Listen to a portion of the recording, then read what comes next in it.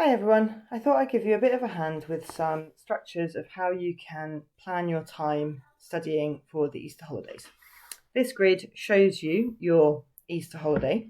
So that is 18 days. However, realistically, you probably don't have 18 full days of study. So your first job is to go through and mark out the days that you know that you're not going to be able to do any study.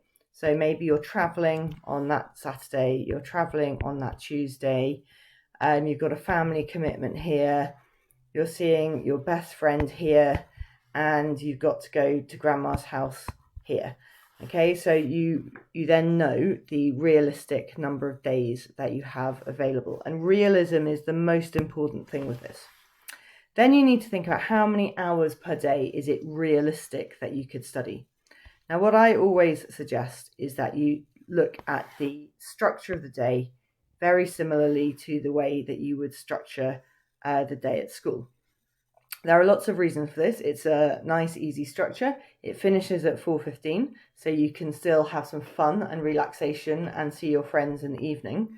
And also, if you kind of stay on this sort of structure, you're still used to getting up in the morning and getting going. And of course, a lot of your exams start at 9 o'clock in the morning. So if you've got into a lovely habit of getting up at midday, having a lazy lunch, starting work at 4 p.m. and working through the night, that might work brilliantly for you, but it's going to cause you no end of drama when it comes to the exams because your body and brain are not going to be used to working at 9 o'clock in the morning. Now, if you were to follow the structure of the school day and you put in lunch, that gives you 6 hours of potential study time, and you'd be done by 4:15, which, as I say, is a pretty nice thing. Now, I personally think 6 hours is really quite a lot of time to be doing really effective revision. I would say 5 or 6 would be your maximum, but I would really encourage you to try and work out the structure of your day. So I know myself quite well, and I know that probably 5 hours is about my maximum. So I'm going to say in the example that I'm giving you here, I can do 5 hours per day. Okay.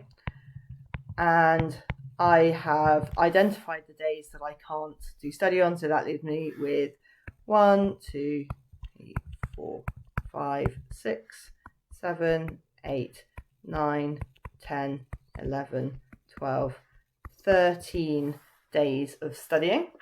And so now I need to work out, well, okay, what am I going to do on each of these 13 days? And the first thing that you need to do is you need to prioritize your subjects in the order in which you need to spend the most time. So let's give myself a mythical program of biology, chemistry, and psychology, and then maths, English, and French B. Okay, that's probably the program I would have done if I'd done the IB. And so realistically, if that had been me, I would have needed to spend probably the most time on chemistry, then maths, then psychology, then biology, then English, and then French, say, for example, right? And then you say, how many hours do I have available to me? Now, I've got 13 days that I'm able to study on, and I can do 5 hours per day.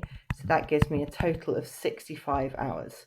Now, if I was therefore going to study equally, that's between 10 to 11 hours per subject. But, I'm semi-fluent in French. I'm not, by the way, but let's just imagine.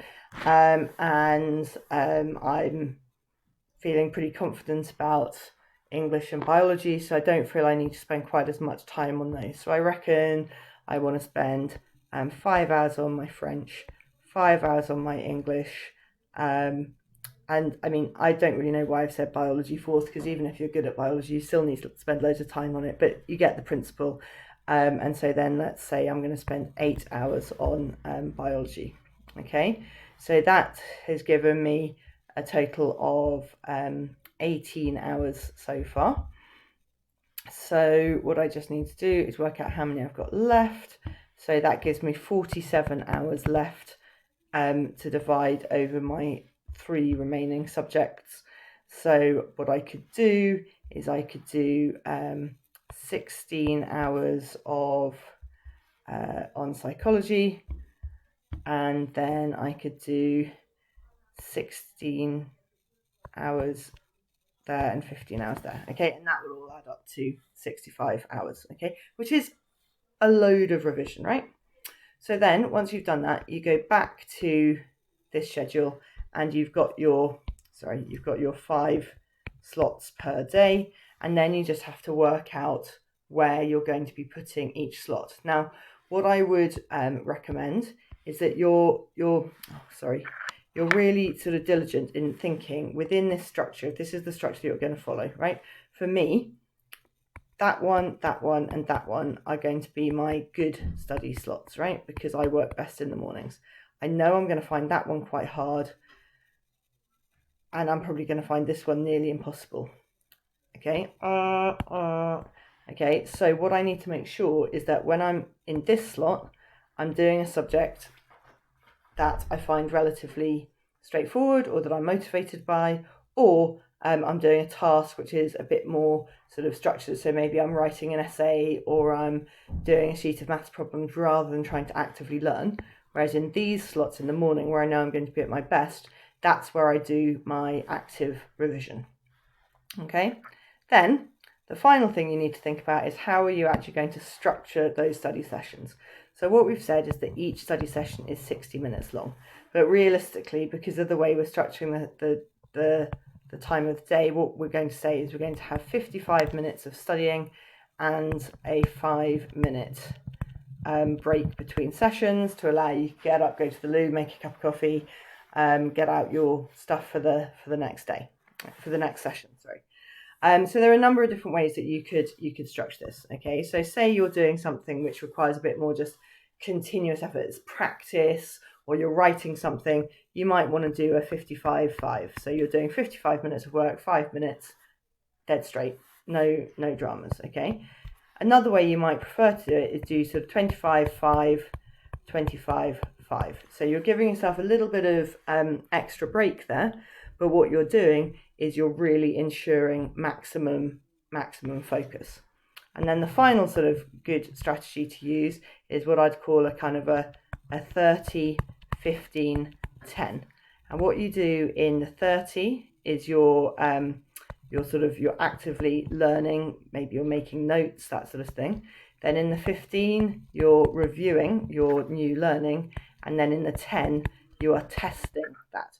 And that's a really good strategy for those subjects like biology, actually, that has a largely, which is massively content driven. Okay. And so those are some good strategies for you to try. And then you need to also think about how you're structuring the study within your subjects. And I would encourage you to use a very similar strategy to what you have done here, where you list the topics in the subject and you work out how much sort of time within that time that you've allocated for that subject you can spend on each of those topics, and kind of put them into an order. But just remember, if you have a day where you go from the most difficult topic in biology to the most difficult topic in chemistry to the most difficult topic in psychology, by lunchtime you're not going to want to study anymore. So make sure that you're mixing it up a little bit so that you're doing something that's really hard and kind of brain taxing, followed by something that is a bit more straightforward for your brain to manage. The other thing to bear in mind is how you sort of block this out. So say you've got 5 sessions in a day. Do you spend all day studying biology? I would strongly recommend that you don't do that. The cognitive science suggests it's much better to do different subjects and different topics across the day, and maybe come back to something later in the day, but try and mix it up a little bit. Otherwise, you're likely to make your brain explode. Hopefully that's a helpful video for you, and now you can get on with trying to plan a revision schedule for your Easter holidays.